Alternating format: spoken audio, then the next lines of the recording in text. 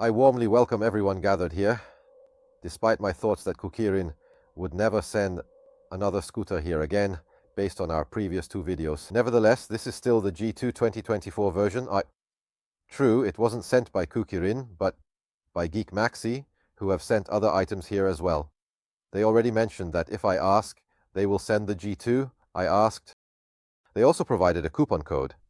So the official price of €509 can be reduced to €469, and you can freely use the coupon code that is included in the video description.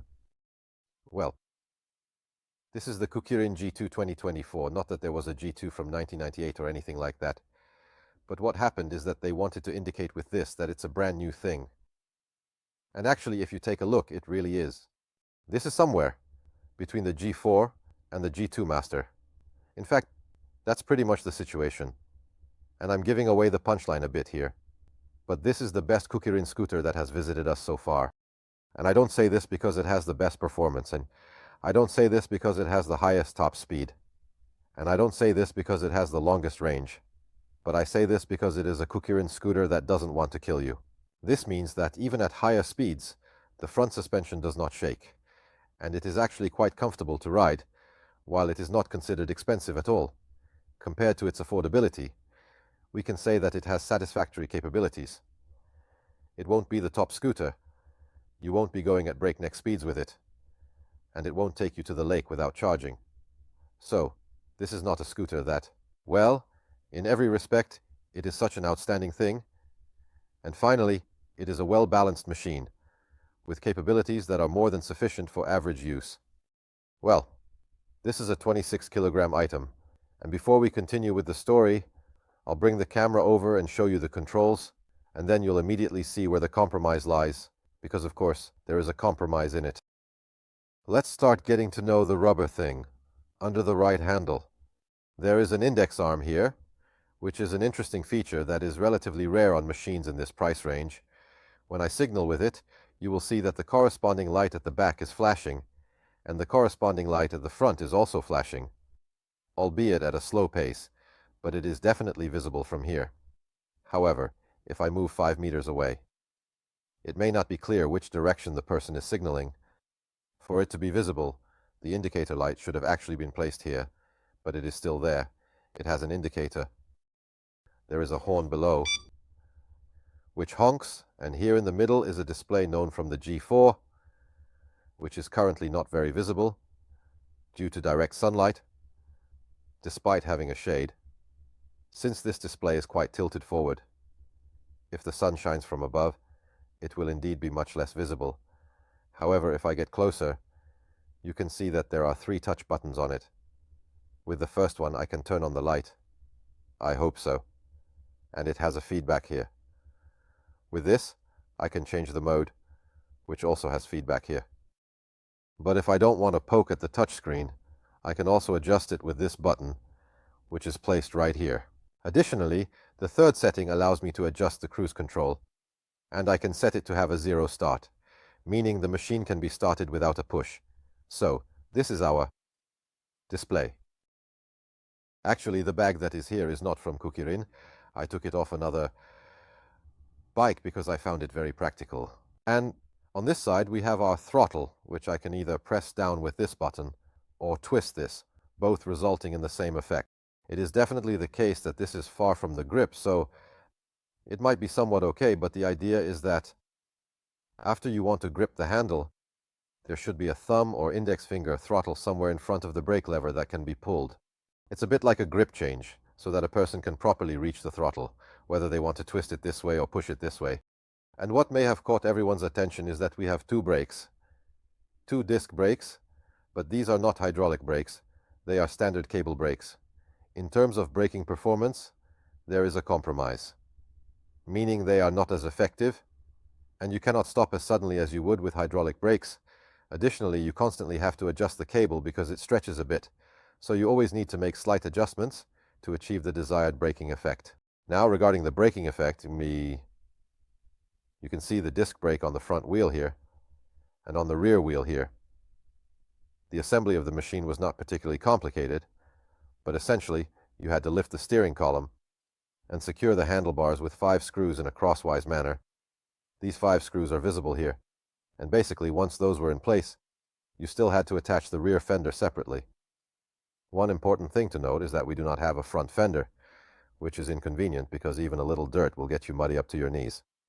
You could buy a panel like this for the earlier Kukirin machines, which practically protected you from being atomically dirty, but the G2 is still such a new machine that I haven't found any aftermarket stuff like that online yet. Sooner or later there will definitely be some. Moreover, it is definitely important that once the assembly is complete, we should first adjust the brakes, second, inflate the tires, and third, since it is still a Chinese product, it wouldn't hurt to tighten the screws as well, just in case something wasn't done properly at the factory. But that's about it.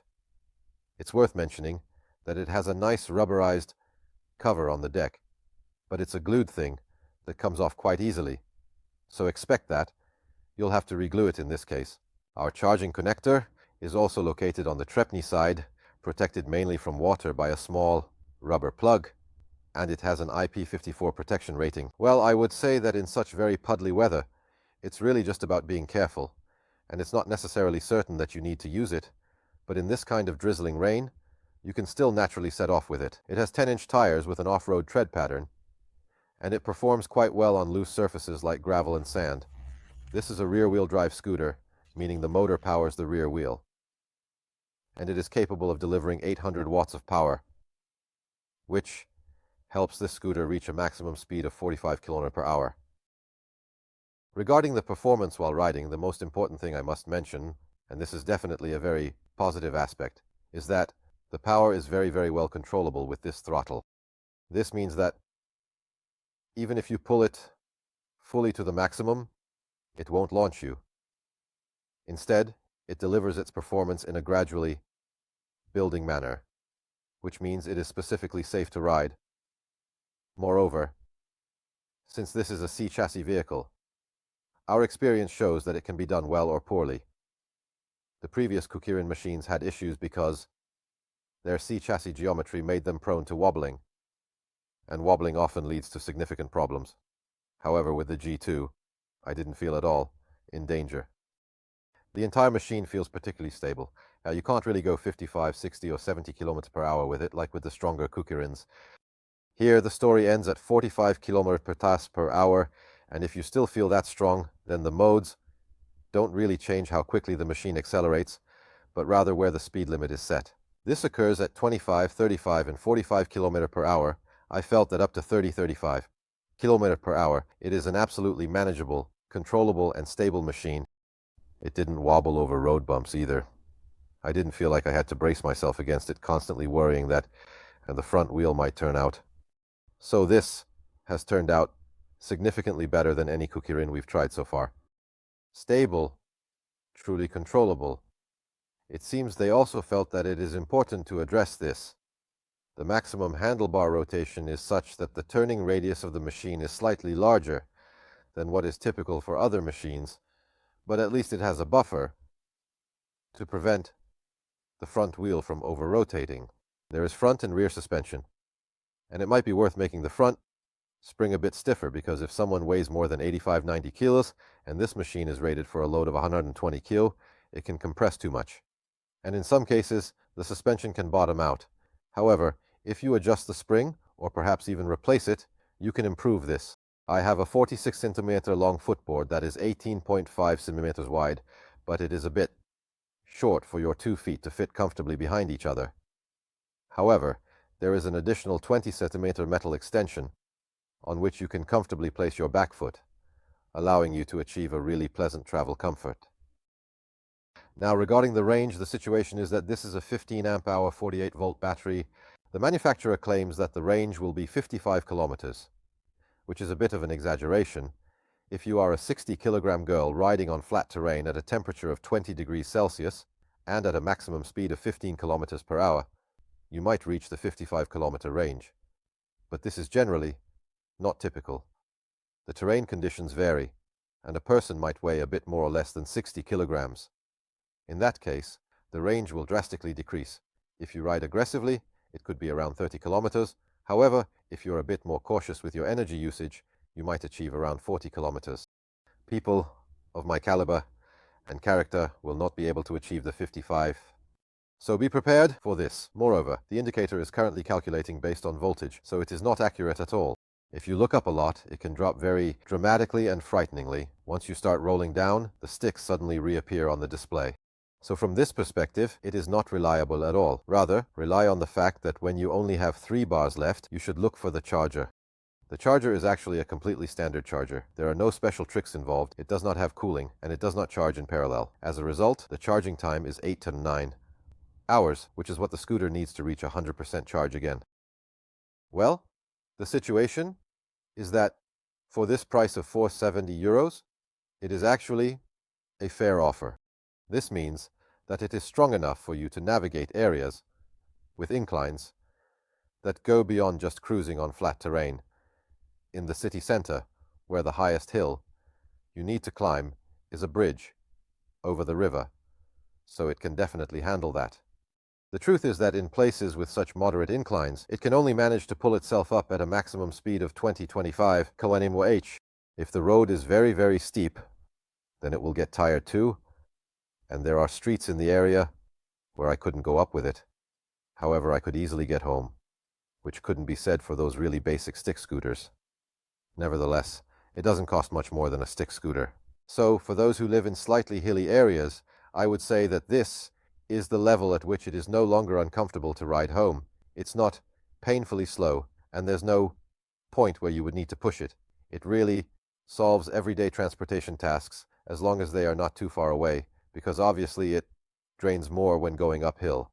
But if you are traveling within a 30-kilometer radius, or let's say 15 kilometers, and you want to get home, then this Kukirin G2 can really meet basic transportation needs. I wouldn't ride it in the rain, as the chassis slips, and you'll also get muddy. However, under normal conditions, it's a pleasant travel companion, and I believe this is finally a Kukirin machine that is well balanced. The only drawback is that it doesn't have hydraulic brakes. It might be worth spending an additional 30,000 forints to replace them. I would definitely stiffen the front spring a bit, but I don't have any other specific issues with it. So, I think this is a fair purchase, and I never would have thought there would be a cookie scooter in these videos that I could say I would probably buy for myself if I were looking for a scooter suitable for everyday transportation, and one that I could also use in places with a bit steeper inclines. However, to summarize, I can say that this is a well-designed machine. You can feel where they cut corners. For instance, there is no Bluetooth connection. The brakes are only cable operated, and the battery is not as large as in other Kukirin models. However, when I consider its stability, safety, dynamics, and handling, this is a well-assembled machine. For the first time standing next to a Kukirin scooter, I wouldn't discourage anyone from buying one, because I found its riding characteristics, stability, and comfort to be quite pleasant. Overall, the whole thing is worth about what they are asking for it. So from my perspective, this is finally a Kukirin product that I wouldn't say you should definitely not buy. That's all that fit into this video. There will be another scooter on this channel because we received one from elsewhere, and a bike has also arrived, so there is plenty of material to share in the coming days and weeks. I definitely wanted to start with this G2 because it is a relatively new product and is priced very attractively, so I was personally very curious about how good or not good it is. I am glad that I could finally say positive things about a Kukirin machine, so in that sense it was definitely a refreshing experience for me to make this video. But if you say that you don't trust this brand after all because you've heard too many bad things about it, then I readily accept that. Nevertheless, I really feel that this is a relatively well-made product from Kukirin. If you would like to see more similar videos on this channel, then all you have to do is press the buttons around me, and you won't miss out on any future content either. If you have any comments, the comment section is there for you. I'm generally the kind of guy who reads all the comments, so if you have any constructive criticism, I would gladly welcome it. I definitely want to thank everyone for sticking with me this far, and I'll see you next time. Bye.